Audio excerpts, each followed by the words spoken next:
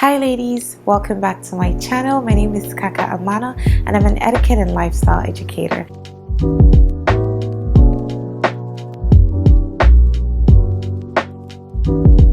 Today I'm super excited to be making this video because the topic that we're going to be talking about today is one that I get a lot of requests on from my clients. So I'm really happy to be able to share it not just with my clients but with you ladies as well. And I'll be making a really exciting announcement at the end of the video. So if you want to know what this announcement is, then you have to watch to the end, okay? Ladies, today we're going to be talking about meal planning. Meal planning is something that a lot of women find daunting, myself inclusive, because eating is something that we do every day of our lives. And I find that if I don't plan my meals properly, I end up getting bored with my food. I end up making boring meals. I end up having just the worst relationship with my food. I end up feeling unmotivated when I'm in the kitchen, especially when I'm cooking for myself and for my family. In order to counter that lack of motivation and lack of creativity in the kitchen, meal planning is really important. So what exactly is meal planning?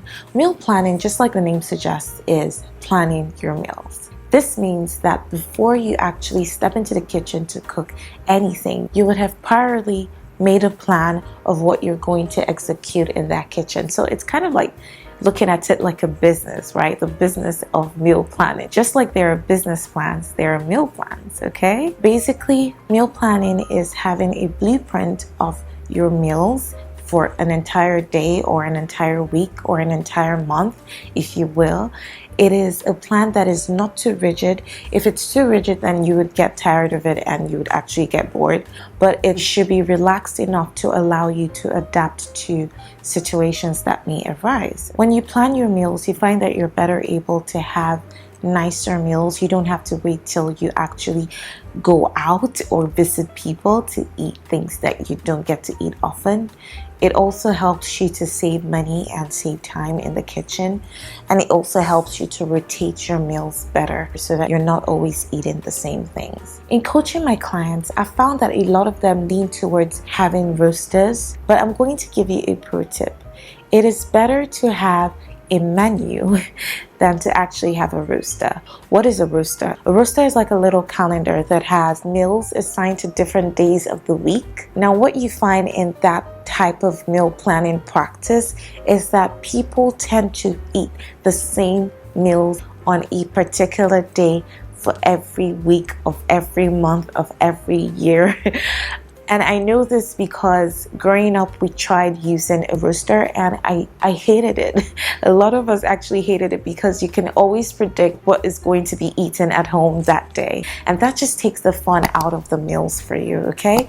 Now, but when you have a menu, what happens is that you have a list of dishes for different meals and you don't have them assigned to any particular day. So you just mix and match according to your cravings, according to your the time that you have to prepare them, according to things that you have in your pantry, and according to your budget, okay?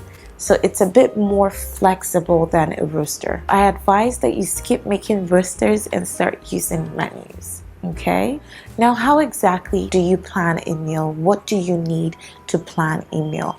How exactly do you go about this thing of meal planning? The first thing that you need to do is to have a bank of dishes and recipes at your disposal. What this does is that it expands the horizon of the meals that you can make. You're not limited to just the same things over and over again. And then you can always try different things and new things every now and then. And this just makes it easier for you so that you don't have to do a lot of thinking on the spot. It also saves you time and it keeps things interesting. Having this bank is something that benefits you more long term. Now let's talk about the more short term element of meal planning. The first of them is budget. You need to set a budget for your meals. Having a budget is knowing the threshold of your spending for meals, and this helps you for the second element, which is grocery shopping. But let's talk about budget first. There are different ways to go about drawing up your budget. You could draw up budgets for weekly spendings. You could draw up budgets for daily spendings, even though that is more time consuming. You could also make it a monthly thing. This helps you keep a track of how much you're spending on food.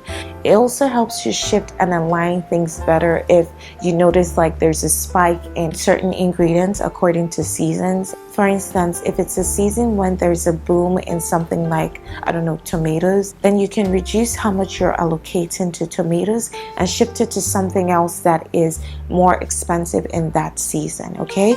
So making budgets are key. In line with this, I would also say that it's important to file your receipts. When you file your receipts, then you can go back and look at your records and use that to make better plans for the future. The second element is grocery shopping. Everyone does their groceries differently. Some people like to do weekly grocery shopping. Some people like to do monthly. Some people even do some things annually. Like they buy things in bulk and then they don't have to buy those things anymore for the rest of the year. Then they just end up buying like more perishable items during the course of the year. So you could find a way that works for you and you could just freestyle it, do it however you please. The most important thing is to always ensure that you keep a track of the groceries that you get. This makes it easier for you to actually implement your meal planning better. Everything that we've been talking about before now have been general foundations that you need to lay in place in order to actually plan your meals.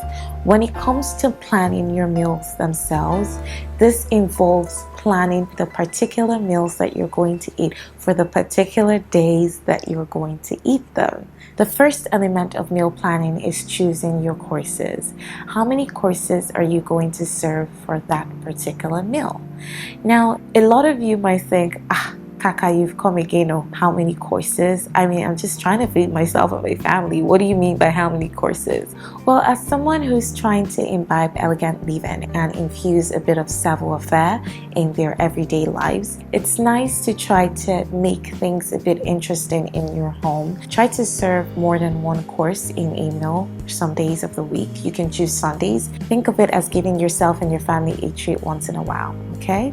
Now, after you've chosen how many courses you're going to serve, it could be one course, it could be 2 courses, it could be 3 courses, it could be 5 courses, whatever number of courses. The next thing to do is to choose dishes for the different courses, okay? Assuming that you've chosen to make a 3-course meal, that means you're going to serve an appetizer, you're going to serve a main, and you're going to serve a dessert.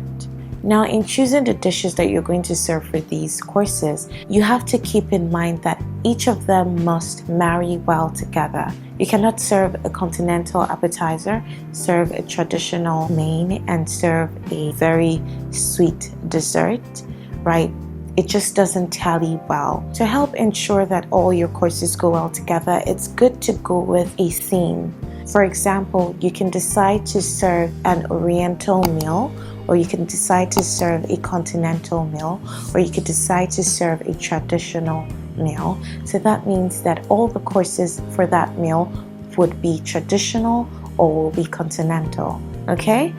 Now let's leave the appetizer and the dessert for a second and talk about the main course. In choosing your main course, make sure that these 3 things are present. The first is the main, which is the protein. You could choose to have poultry for your main, and that leaves you with a wide range of options. You could have turkey, you could have chicken, you could have duck.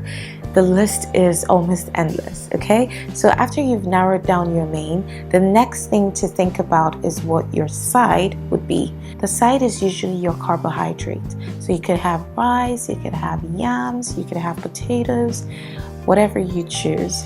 And then the second side, which is also known as the accompaniment, should be something that balances out your side. So this could be a side of veggies, it could be sauteed vegetables, it could be steamed vegetables, whatever you decide, okay? So these 3 must be present in your main course. Of course, you cannot forget your drink. If you want to be extra, you should have different drinks for the different courses that you're serving. But if you don't want to be extra, it's also acceptable to have one drink for all the courses that you're serving. The only thing is to ensure that the drink that you choose goes well with everything that you have planned to serve. Now, if you're going to be serving wine, it's a whole different topic learning what wines go well with what dishes. If you want me to make a video of that, you can mention in the comment section. But if you're going to be serving wine, just try to keep it simple so that the wine that you're serving does not overpower the dishes that you're serving. I hope that you found this video helpful, and I hope that it helps you with your meal planning. To further help with your meal planning, I mentioned initially that I had an announcement to make. As I mentioned in the start of the video, having a menu is so much more helpful than having a roster. This is because it serves as a bank for different dishes for you. So I have curated the perfect menu for your home use. This menu, which is in both hard and soft copy, is 19-paged. It has different sections. It's got breakfast, it's got lunch and dinner. It's got everything that you could ever think of.